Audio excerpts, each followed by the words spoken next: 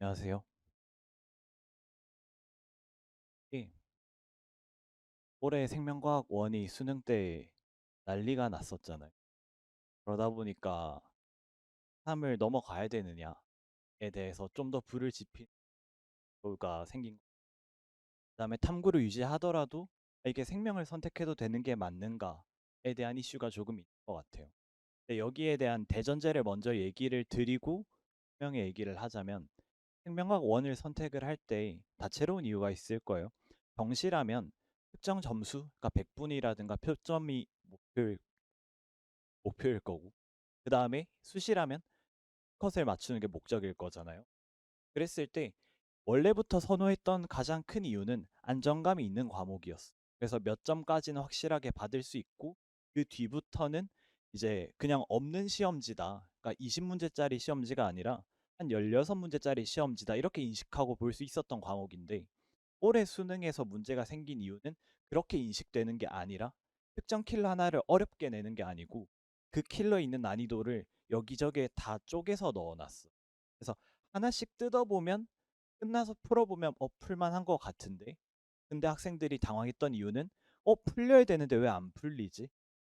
라는 이유 때문에 당황이 좀 큰 것 같아요. 근데 이제 요번에 영어가 같이 이슈가 생겼잖아요. 그래서 가장 큰 전제는 그러다 보니 생명과학원을 선택을 한다면 문제를 풀 때 학생들이 더 이상 어 풀이가 안 보인다라는 말을 안 할 수 있어야 돼요. 보인다랑 안 보인다라는 말을 한다는 것은 과거 경험 기반으로 문제를 푼다는 거거든요. 그래서 문제를 풀었더니 아 이렇게 하면 풀리더라. 그럼 앞으로도 이렇게 해야 되겠다라는 기억으로 푸는 건데 수능 날에는 그걸 피할 거잖아요. 이거는 생명과학 원뿐만 아니라 어느 과목이든 수능 날에는 기존에 나왔던 거랑 최대한 다르게 보이려고 노력을 할 거예요. 모든 과목들이. 근데 나머지 과목들은 그래서 이게 전에 나왔으니까 똑같이 풀어라고 설명하지 않지만 유일하게 생명과학이 그렇게 가르쳐요. 이유는 생명과학 원은 실제로 대학 과정에서 유전이 이렇게 나오지 않기 때문에.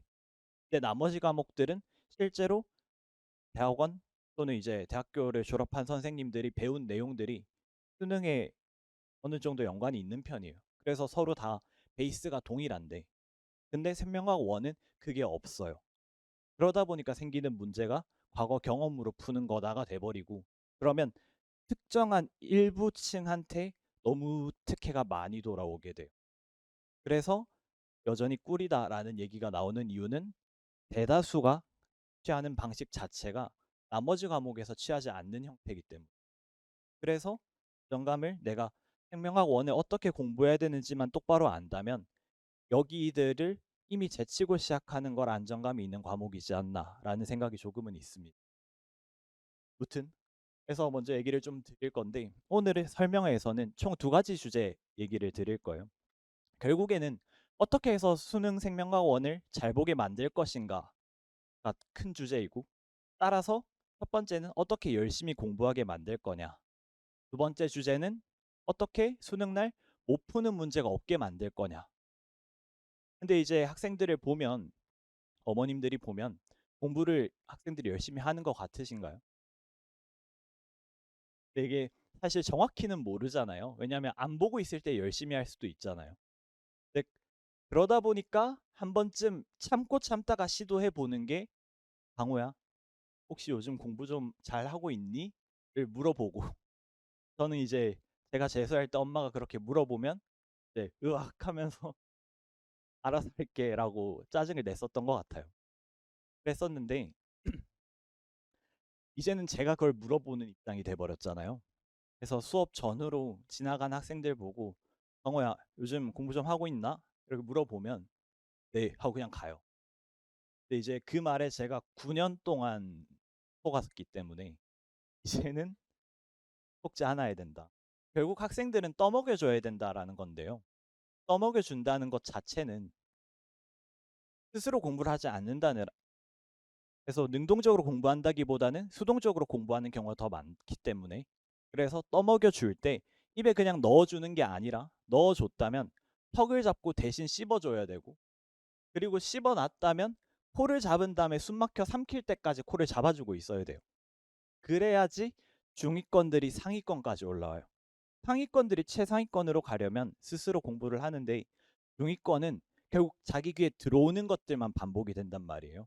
그러다 보니 성적 정체가 좀 길어지는 경향이 있는 것 같습니다.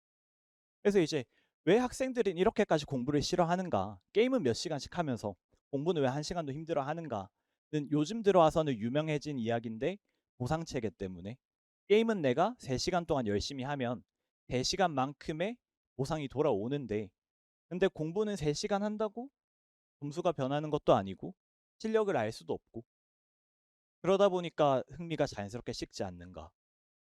근데 만약에 그걸 알 수 있다면요. 내가 오늘 공부한 게 점수에 얼만큼 도움되는지 알 수 있다면 해서 생각이 좀 시작이 됐습니다. 그래서 만약 학생들이 오늘 수학 10문제를 풀면 너 수능날 1점이 올라 라는 걸 안다면 수능날 100점을 맞기 위해서 1000문제를 풀까요? 라고 고민을 했을 때 당연히 풀 것 같아요. 그리고 누구는 그 1000문제를 최대한 빨리 풀어내겠다라는 생각도 할 것 같습니다. 그래서 직접 만들어낸 게 생명과학 원에서 한정해서라도 적어도 오늘 수업 내용을 모두 소화하면 실력이 몇 퍼센트 오르는지를 수치로 보여줄 수 있었으면 좋겠다. 그래서 너가 이 문제를 풀어냈다면 앞으로 풀 문제들 중에 얼만큼의 문제를 해결할 수 있는 실력이 되는가를 숫자로 나타낼 수 있으면 좋겠다라는 판단을 조금 했고 근데 이제 제가 출제자 출신이다 보니까 그게 가능해졌는데 문제를 쪼개고 쪼개다 보면 에 대한 자세한 이야기는 떴다가 조교 쓱 보더니 가서 강의하고 올 거냐라는 잔소리를 하나 들어가지고 자세한 내용은 생략을 좀 하고요. 어떤 원리로서 특정이 가능한지는 본 수업에서는 따로 자세히 다루니까 걱정하지 않으셔도 되고 그래서 아무튼 우리 학생들은 제 수업을 듣기 전에 뭐를 오늘 수업을 들으면 지금까지 나온 기출의 8.2%는 풀 수 있구나. 이건 제가 임의로 그냥 있어 보이려고 쓰는 그 수치가 아니라 실제 이 단원에서 측정이 되어 있는 값이에요. 이게 첫 주차 강의 기준으로. 그 다음에 여기 사설은 정확히는 서바 기준인데 제가 시대 소속이다 보니까 타 학원 거를 쓸 수는 없어서 그래서 시대 인재 컨텐츠 기준으로 84%를 풀어낼 수 있다라는 걸 예상할 수 있고 그렇게 예상이 간다면 실제 수업에서 체감도 하게 될 거예요. 그리고 이제 수업이 끝날 때쯤에 마무리 테스트를 보게 될 건데 마무리 테스트를 보면 이런 문자를 하나 받을 겁니다. 그럼 문자에서 확인할 수 있는 거는 오늘 수업을 몇 퍼센트 소화했는지. 그래서 이 학생은 저희 어머니 성함인데 제 이름이 계속 나오면 안 될 것 같아서. 그래서 이 학생은 70%의 수업을 소화했다라는 걸 측정할 수 있고 못, 못다 채운 30%는 어떤 과제를 해야 채울 수 있는지 안내가 나가고 그 다음에 실제로 이 과제를 했을 때 얼만큼 효과가 있었는지는 그 다음 주 문자에서 확인할 수 있습니다. 그래서 이 학생은 과제를 통해서 22%가 상승을 한 거고 여전히 채우지 못한 8%의 실력은 추가로 첨삭과제가 나갑니다. 그래서 첨삭과제가 진행이 되면 데이터 자체가 엑셀로서 따로 정리돼서 관리가 될 거고 그러면 학생들이 지금까지 방향성을 맞게 공부하고 있는지 또는 실력은 제대로 누적돼서 쌓이고 있는지 같은 것들을 확인할 수 있고 반대로 학부모님들도 문자만 받아보는 것만으로 얘가 오늘 수업 가서 얼만큼 들어왔구나 그리고 얘가 이번 주에 숙제를 해서 했구나 안 했구나도 보이는 거겠죠. 또는 이게 줄어들 수도 있잖아요.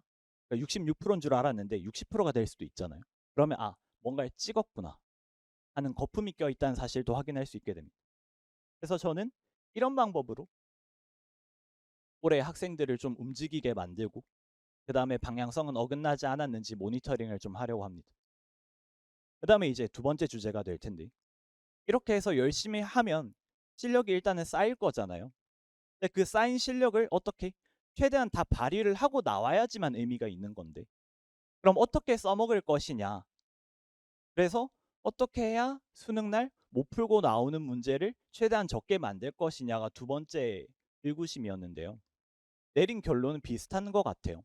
결국에 떠먹여줘야 된댔잖아요. 그럼 이제 결국 학생을 불러다가 강호야 수능을 잘 보고 싶니? 라고 물어봤을 때 끄덕끄덕 한다면 네가 수능을 잘 보려면 요렇게 생긴 머리를 가져야 돼.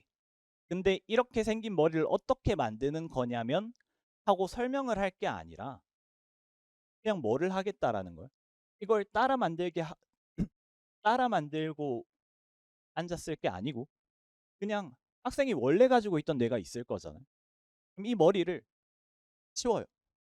그리고 얘를 그냥 갖다 꽂아주면 되는 거잖아요.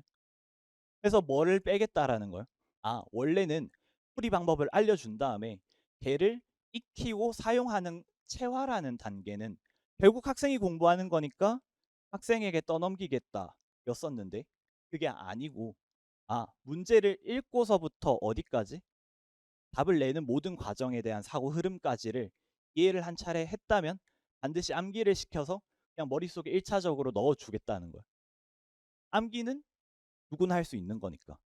그러니까 재능 따라서 누군 더 잘 외울 수 있겠지만 결국에 1년이 주어졌을 때 이 암기량 다 외워도 사탐보다 한참 적거든요. 사탐보다 많지 않아요. 그러면 충분히 1년을 외우면 다 외울 수 있는 양이 될 거고 그 과정에서 어떤 일도 원래 가지고 있던 뇌도 업그레이드가 좀 될 거잖아요. 그럼 결국에는 학생은 수능 날 자기의 업그레이드된 뇌랑 그 다음에 제가 이식해준 어떤 이상적인 뇌를 두 개를 들고 수능을 보러 가게 되는 거죠.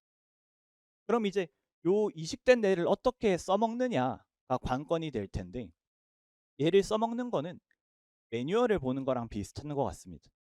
그래서 공부가 아니고 일을 할 때 처음 일을 배우면 시키는 대로만 하잖아요. 근데 일이 좀 익숙해지면 좀 비효율적인 단계가 보이기 시작하고 요령을 피우기 시작하고 근데 그러다가 사건이 다시 터지게 되면 매뉴얼을 돌아가요. 매뉴얼을 다시 열어보고 어떻게 대응해야 되는지 확인을 해보는데 그것처럼 문제를 풀 때도 처음 문제를 풀 때는 정해준 이미 암기한 대로 문제를 풀고 그럼 그 과정에서 문제들이 익숙해질 거고 익숙해졌다면 이대로 풀면 뭔가 비효율적인 것 같은데 라는 생각을 원래 뇌가 할 거예요. 그러면 그렇게 비효율적이라 판단한 부분은 자기만의 방식으로 효율적으로 풀고 그러다가 언제 문제가 터졌을 때 안 보인다 안 풀린다 했을 때는 다시 암기시켜둔 흐름을 그냥 하나씩 따라가면 문제가 풀린다 이런 식으로 활용을 좀 하려고 합니다. 그래서 누구든 대학생이라면 수능날 문제를 읽고 문제가 안 풀린다면 처음엔 업그레이드 된 대로 문제를 풀겠지만 막힌다면 뇌를 갈아 끼고 그러면 어떤 것들을 구해야 되는지가 확인이 될 거고 그럼 얘를 구해야 되는 흐름이 암기가 다 되어 있을 거예요. 그럼 얘가 암기되어 있으면 마찬가지로 실제 행동을 통해서 답을 낼 수 있지 않을까. 그래서 이런 방법으로 우리 학생들이 수능날 손을 못 대고 나온 일을 좀 막고 최대한 문제에 진입을 할 수 있게 만들 겁니다. 그래서 이렇게 해서 위한 주제 두 가지 얘기는 끝이 나고요. 그 다음에 이제 추가적인 것들은 네, 이미 지금 시점이 수강 신청이 끝난 시점이잖아요. 어떻게 보면 개강이 대체로 27일, 12월 마지막 주가 개강이다 보니까 그래서 준비한 것이 개강주 전에 한 주 일찍 미리 신청하신 수업들 취소할 거 없이 한 주 일찍 특강을 하나 준비를 했고 토요일이고 가격은 0원이고 겨울은 유일하게 시행착오를 겪어도 되는 시기잖아요. 그러다 보니까 충분히 마음껏 수업을 좀 둘러보시고 편하게 결정하셨으면 좋겠습니다. 그 다음에 이제 추가적으로 많이 나오는 질문들인데 겨울에 얼마나 진도를 나갈 거냐 했을 때 기출문제 위주로 진도를 나갈 건데요. 목표는 0%부터 평균은 80% 후반, 그러니까 90% 정도를 목표로 할 거예요. 그러면 90%의 실력이 쌓인다는 것은 그거 기준으로 수능 1컷 45점 시험지에서 42, 3점을 기대할 수 있다 정도가 될 것 같습니다. 다소화를 한다면. 그 다음에 그렇기 때문에 등급대를 어떻게 나눌 것인가인데 고3의 경우 내신만 해도 괜찮고 내신만 했더라도 0%부터 스타트를 하니까 그 다음에 이제 N수생의 경우에는 이미 쌓여있는 실력이 있을 수도 있잖아요. 근데 쌓여있는 실력이 있으면 오히려 겨울 수업을 듣는 게 맞다. 차라리 봄부터 수능까지 7개월 동안 수업을 듣는 것보다 겨울에 3달 듣고 그만두는 게 훨씬 낫다고 판단을 합니다. 그래서 겨울에 이제 등급 때는 크게 상관없다. 그다음에 마무리 테스트는 일반적으로 복습 테스트를 진행하지 않는데, 수업 시작 전에 일반적으로 말을 반대로 했죠. 일반적으로 수업 시작할 때 복습 테스트라는 걸 하는데, 저는 마무리 테스트를 하고 끝날 때 그날 수업 진도 나갔던 문제들을 시험지에 한 번 더 넣어둡니다. 그래서 오늘 제대로 들었다면 충분히 편하게 풀 수 있게끔. 그리고 추가적으로 이것도 얘기는 해야 되죠. 그래서 정규반이 언제냐 하면 매주 토요일 점심시간 때고, 그 다음에 추가적인 문의사항은 여기 번호로 연락을 주시면 제가 상담 관련해서는 다 제가 직접 응대를 하기 때문에 전화를 주시면 언제든 이제 답변을 드리겠습니다. 여기까지 끝입니다. 감사합니다.